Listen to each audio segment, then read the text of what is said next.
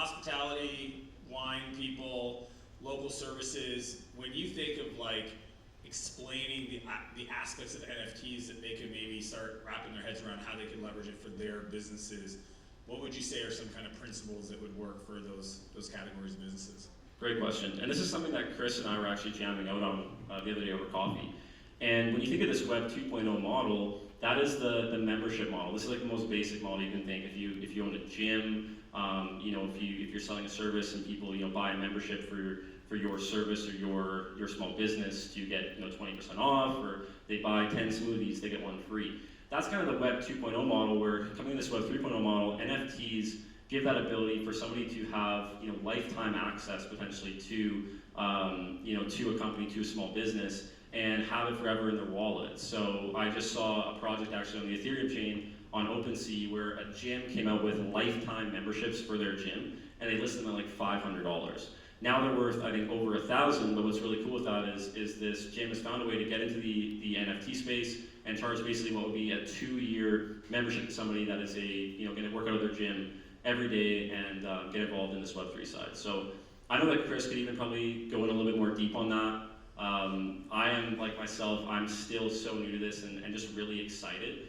And I think if I can, so can any of you. We use something called a candy machine. So there's 2 different ways to build a collection like this with 8,888 NFTs, is have an artist draw up individually all these things. Or in the research that we did and some of the networking I've done in other projects, is, like I said, he created basically seven or 8 base skins. So you see those dogs, those are two of the skins right there. Just like a white dog and tiger dog. We have some gold ones. We have like a really cool C3PO dog too. It was Nick's favorite, he loved it.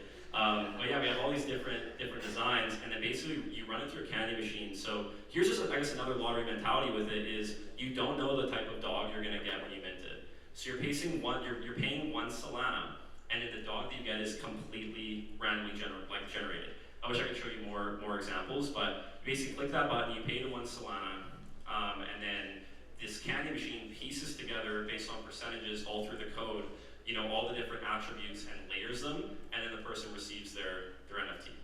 So I hope that makes sense.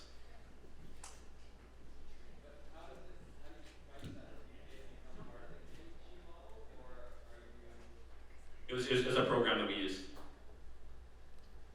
Yeah, it's asking. And how does it work? Like, do you have to pay a monthly subscription to be on their model, or how does that work? Should reach out to my agency.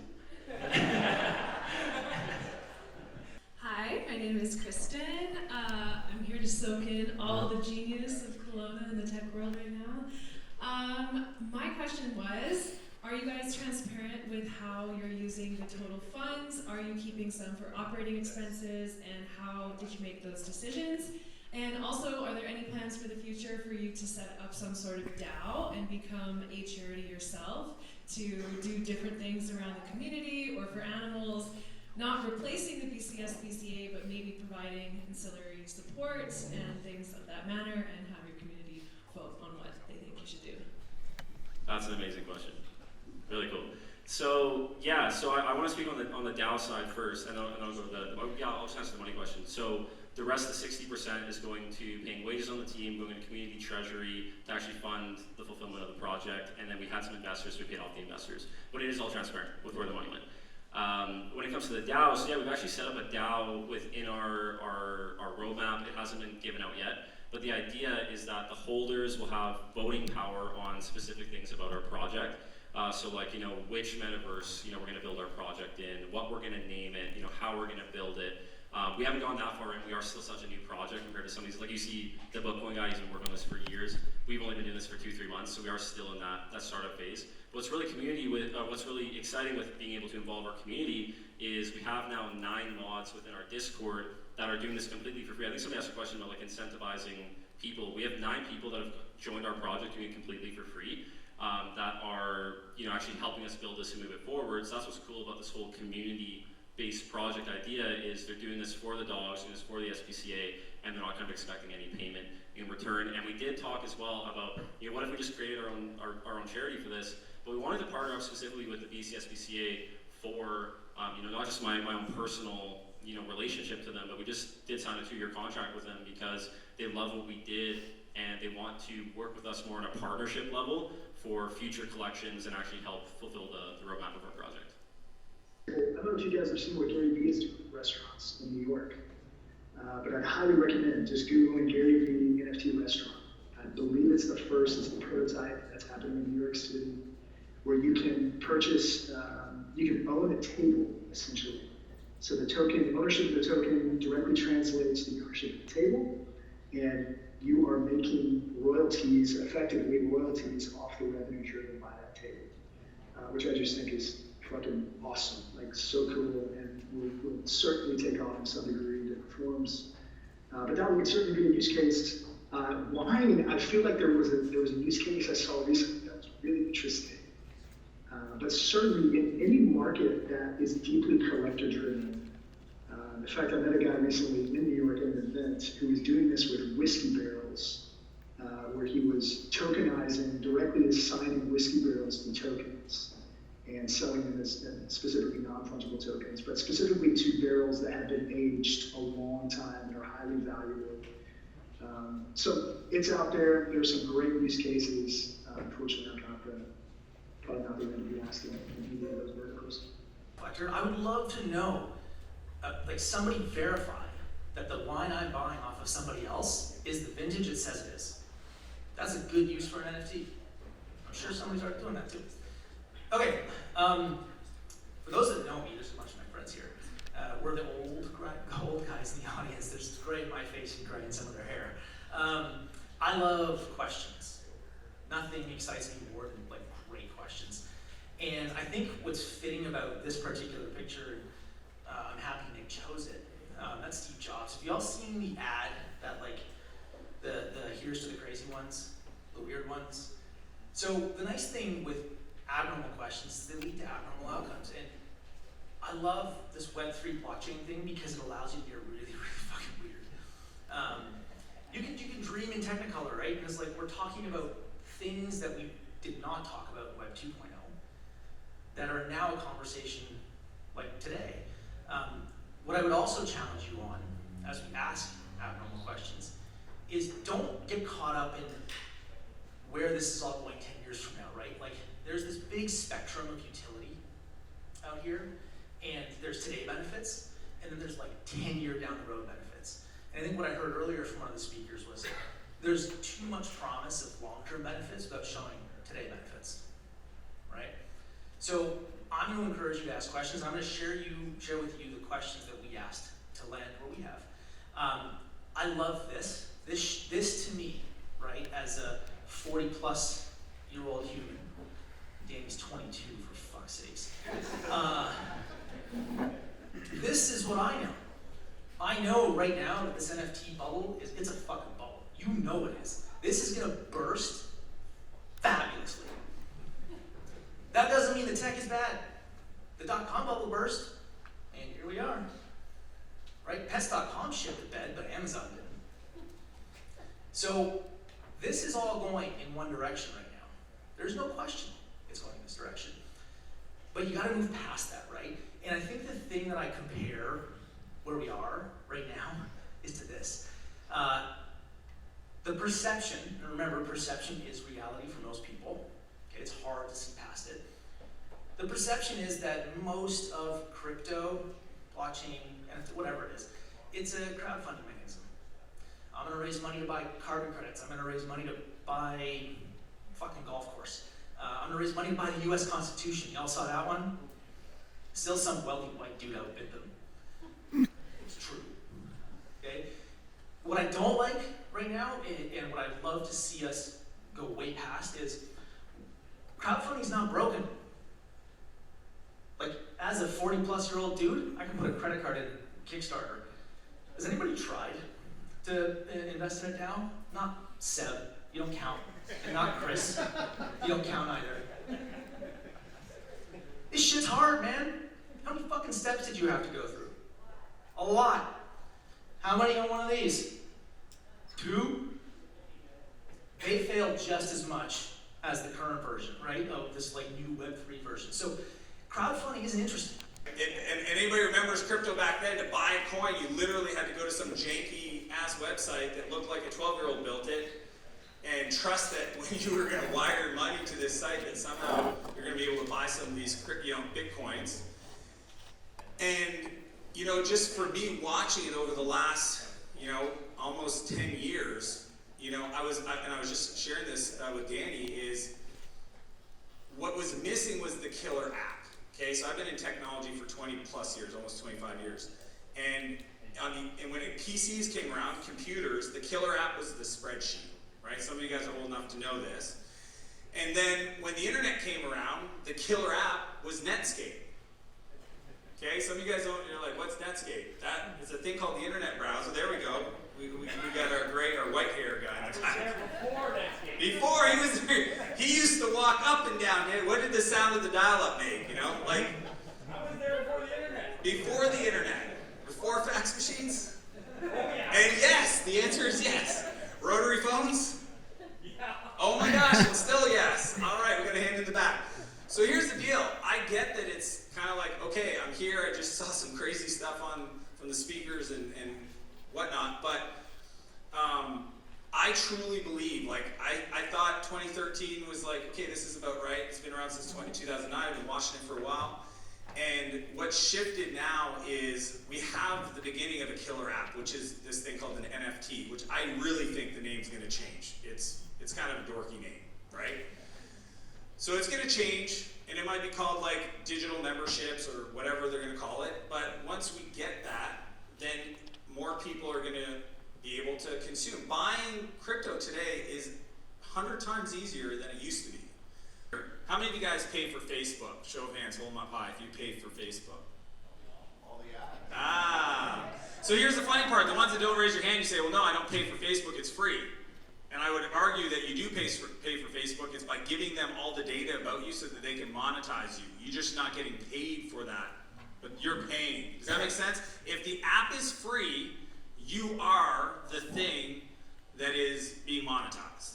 So what happens in this new world that Richard was talking about is in the blockchain, which is this kind of like place out in Cloudlandia, that you can put all your information in there, and when you go to a new app, you don't have to register. You just get to connect your wallet and approve certain properties that it is allowed to see, and and you can know if it's going to use it for only the duration of your interactions, right? And that's what makes Web3 Web3 and not Web 2, right? Web 2, you got Facebook, you've got Pinterest, you've got Twitter. They're the corporation, they have your data. Web 3 is there's this whole infrastructure of companies building tools, and we own our data. We plug that into the app when we want to use it, but when we leave, we take it with us. Now, they might charge us to use that app, as they should, because they're creating value for us, but we own that. And I think that's one of the undercurrents that is pushing Web3 to be adopted by a lot of people that are just sick of security breaches, mismanagement, people that are monetizing in nefarious ways, right? So core to PILA is if you're going to sell something to somebody or provide them a service, it has to be of the same quality for the same price or better, with less friction, better experience. And there's this idea, I alluded to it with Tesla. Have you guys ever heard of the fun to chore ratio? It's just, can you take a chore and do something enjoyable? And that's kind of what Lomi is, right?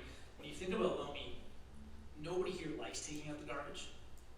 And the idea for Lomi was, can we make this household chore less shitty? So you actually like it, like you put your garbage in and the next morning you have dirt. And dirt's usable. Lots of gardeners love dirt. All right, that's the third and final thing. So that leads me to questions. So here are the 3 questions we asked. Okay? So how do we create products? And you've heard me say this before, so perceived value, super important. So how do you create projects, where the perceived value is so obvious that everybody that looks at it is like, duh, of course I want that. How do you drive the cost for us? How do I drive the cost of owning a Lomi to 0? That sounds like a stupid question, right? Like when you make something physical, there's input costs and there's labor. 0 is not possible. That's what I thought. But when you ask a dumb question like that, you kind of force things to get a little weird. And then how do you build the most amount of trust in what you're doing? auditability. So I think one of the lovely things with everything blockchain is the auditability, the transparency. That hasn't been talked a whole lot, right? There's like community ownership, that's awesome. But I like that you can go on chain and you can see the transactions. I think that's so powerful in so many applications of regular life right now. You did the work, like you bought the machine, you participated in the ecosystem. How come you don't get any benefit? What if it looked like this? Right? And this is where I land at what we're building. So we call this proof of waste. Clever, right? I thank Chris for that one. Every now and again, my brother's not just a nerd. He can be a pretty good marketer too. So, proof of waste. Right? Lomi is the first proof of waste machine. I'm hoping that we inspire the people to build different ones. Where every time Lomi runs, it's proof that we took waste from 3 pounds to 200 grams. And the carbon impact, carbon footprint of that is XYZ, and here's your waste footprint. And we generate a token, and that token goes on chain. And that companies come in and say, we like this, just like I buy ads on Facebook Ad Manager, I want to buy people's waste. I'm McDonald's and I'm running this big campaign in California right now. I want to sponsor everybody's Lomies in California for the next month. How much is that going to cost me? And if you put all this on chain, instead of this weird carbon credit system, which is super opaque, I don't know if you guys know that, like, if you start digging around in carbon credits, it's messed. There's unregulated markets, regulated markets. What if it's all on chain? So that when McDonald's says, hey world, here's my annual ESG report. This is what I did for the planet. Everybody on the planet no longer has to question if McDonald's did that. They simply go on chain and they can see all of it. All this sounds awesome, but we still had a problem at Vila, which is, here's who buys Lomies, right? Our customer, I'm a marketer, I'm a business builder, so I care a lot about stories and customers and experience. Our customer is largely a 30 to 50-year-old woman who is super into gardening. You know what she's not into? Fucking crypto.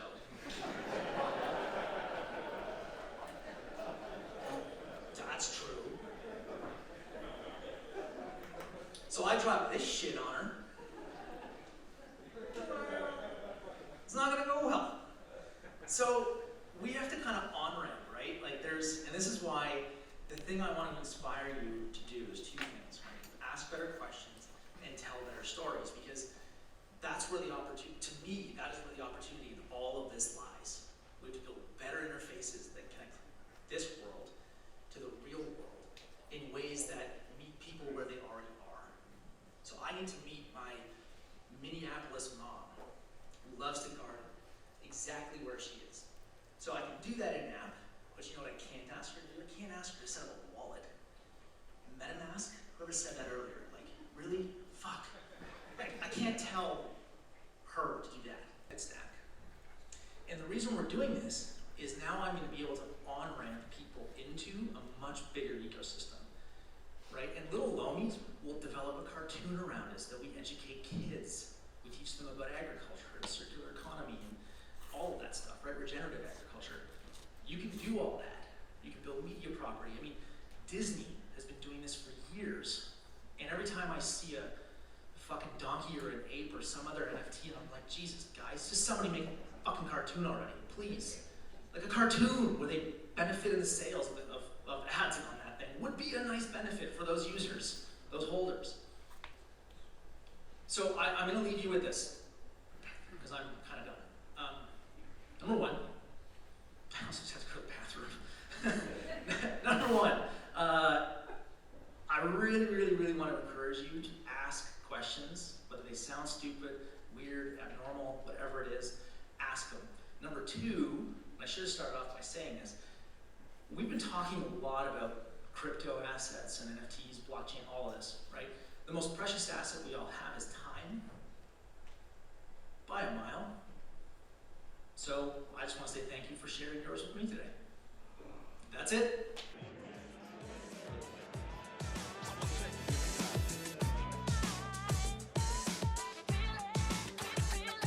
Okay, I'm rolling.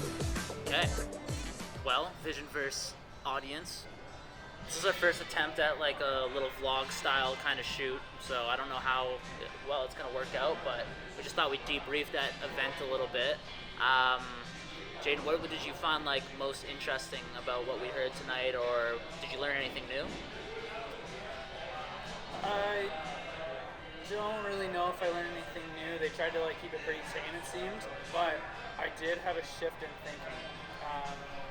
The last speaker, Mark, for his last name, he's releasing a product that is a household composter, turning food waste into soil. His product is launching right away. But one thing that really stuck is he doesn't necessarily hit his demographic. Mm-hmm. He goes through things around the demographic. So let's say the demographic is 30 to 50, ladies, gardener type. He markets to the kids, so bring it to the parents. Yeah. So that could be a whole different. I mean, that's just applied to this one thing, but that could be a whole. That is a mind shift for anything we want to do with VisionVerse or in our creator life. And what I find so fascinating about that also is, so he has these little characters for his waste product called Lumi, and they're these tiny little like cartoon characters that were designed with kids in mind because kids would find them attractive or like and be like drawn to it. And so his whole product, like he's going to talk about doing like even a cartoon behind this product, and I find that so interesting in this NFT and Web3 space because it's so art-driven that there's such an opportunity for creators like ourselves to apply our skills to these companies and like expand upon it. So now you're not just a beer company like B&A where you're just cranking out beers and selling them. You have to come up with a whole brand and a character behind that to help promote it in this new Web3 world and in this new NFT space. And so now maybe you've got a beer can character who goes on a whole adventure and they hire you or I to write that story for them. So I think that's really cool in this space yet again as far as creators go. But I felt actually pretty confident being there and like knowing a lot of the knowledge that was being spoken about because it kind of reasserted the fact that like this space is so new and it is so, like it has so much potential growth that who knows what it's going to be like in the future. Yeah, absolutely. Like that's one thing I couldn't stop thinking about. Like we saw a physical, real world, not really crypto-related product adapting to it, but not specifically for that. But then we did see a specific crypto product, Rough Life, and it's. Sorry, I just lost my whole train of thought. Let's just do a shout out. Do you want to do one other thing? If I can fucking get it, I want to get it. This is the life. This is the behind. This is the pride. Okay, we'll use all that for BTS and shit. Oh, speak of the devil, a guy in the BTS. This guy's used to being on camera. What's he doing okay over here? Just dandy. Just dandy. Too bad. Forget my lines. Some DNA content? Yeah, exactly. This is the premium content we were talking about. Yeah, this is unlockable. This is the unlockable. Buy an NFT and you can get access to this content. Okay, my train of thought. We're back, baby, into we're this. back. So we saw physical product, real world. We saw digital product and crypto world. But what I couldn't get off my mind was the jobs that it's going to open up for creators, guys like ourselves, Noah behind the camera here. They're going to need physical illustrators, they're going to need video people, technical people. And so, both sides of it, real world and not. It's going to create so many jobs. Just like how a startup company never had to consider hiring a social media manager or somebody to post and run all their social media accounts 10, 15 years ago, they're not going to be able to move forward without incorporating some form of Web3 employees into their company as well, because it's just going to be what everybody's doing, and like you're going to have to be doing it as well to be successful. So that's 100% a huge part of it as well. But I don't know. Shout out to everybody at the Web3 Okanagan event. Shout out Danny Gray, once again, our first guest on the podcast. He got us some tickets to come and shoot this thing and hang out. And then shout out to everybody that spoke. We'll maybe do the list at the end so you guys can go search up who those people are and see what they're up to. Yeah, thank you, Chris. Thank you, Mark. Yeah, thank you, Daniel, and anyone we're missing. It was a great time, and I hope to see more stuff like this in the Okanagan and in BC in general. Big facts.